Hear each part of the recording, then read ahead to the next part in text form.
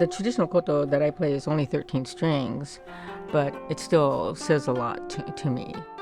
It has a very unusual sound. My mother played the koto, and she learned in the camps. And when I saw those black and white photos, it just kind of hit me like, what this must have been like live. Do you remember how to say good afternoon in Japanese? Konnichiwa. Very good, you remembered. Right, good afternoon, konnichiwa. Yeah, so this is our... I think artists in general like to pass on their traditions. For me, this program is very much about connection. And that's what educators do, that's what artists do. You want to move people, you want to get people thinking, and I think those go hand in hand. Golden State of Song is a social studies and music arts integration program where we take a look at the sort of varied musical contributions of cultures up and down the state and zoom in on them one at a time. Each school that receives the program gets 2 visits by the same teaching artists. And then in addition to that, there's a lesson plan and curriculum that goes along with it. They're divided into themed modules. We have the Ohlone Song module, which focuses on indigenous song practice. We have the WWII Japanese Incarceration module, and we also have the United Farm Workers module.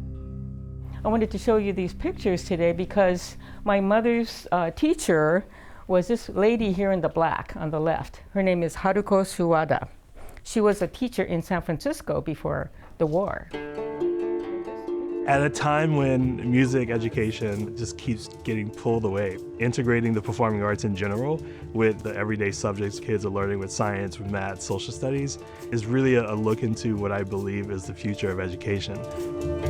Kids are more creative than ever, they're thinking outside the box more than ever, they have more access to everything, to film, to art, to music, more than ever. So why not use that as a tool to really help kids to become more interested in their own history?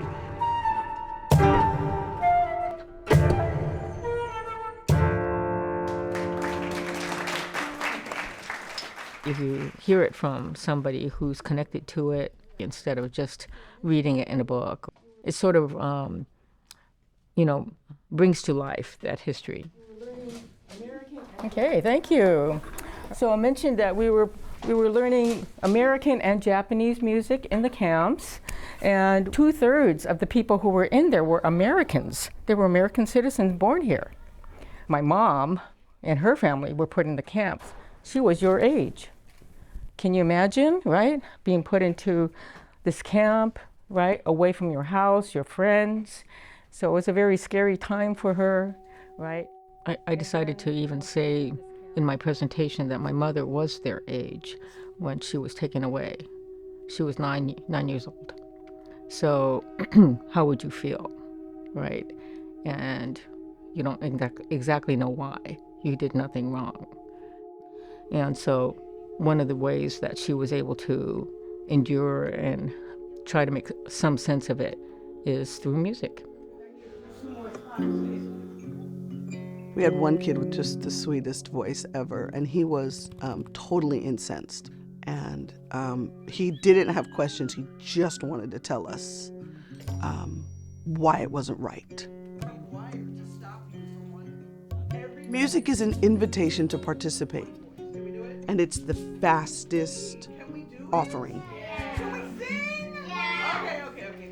Shirley has a moment when she teaches head, shoulders, knees, and toes in Japanese. If one of those children is to then go and meet somebody who is from Japan and they say, oh, I know how to sing head, shoulders, knees, and toes, it might feel small to some folks, but for the kid who's making the connection, suddenly that other person is human, right? I can sing something in your language. I know something in your language. It's just, it allows for so many versions of communication to open up. Somebody tell me your favorite place you've ever been in California. Raise your hand and tell me your favorite place. Tahoe during the winter. During the winter, how about you? We've been really lucky to have a deep relationship with this community for almost 60 years. We still remind people that the importance of just live art is vital and also is just life-changing. 2, 3, 4, 1, 2, listen to me.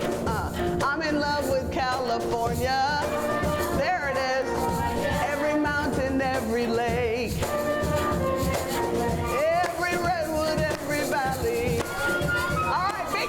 Here we go. I love the Golden State. I love the Golden State. Young people are really wanting to connect with where they come from. And Golden State Song is that, right? It's giving them a chance to see our history in a way that they can actually find some connection with it, no matter who they are or where they were born, where they come from.